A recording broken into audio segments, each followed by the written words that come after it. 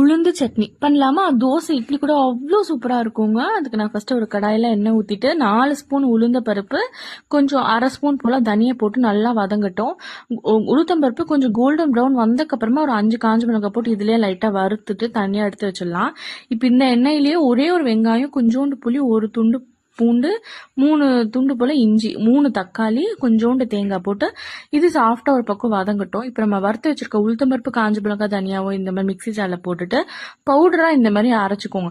இப்போ இந்த பக்கம் நம்ம தக்காளி வதங்க சாஃப்டாக வச்சிருக்கோம் இல்லையா, அதனால சாஃப்டாக வதங்கினக்கப்புறமா அதை எடுத்து இது மிக்ஸி ஜாரில் போட்டுட்டு 1 ஸ்பூன் உப்பு போட்டுட்டு நல்லா அரைச்சிக்கோங்க. இந்த அளவுக்கு தண்ணி வேணும்னா ஊற்றி அரைச்சிக்கோங்க.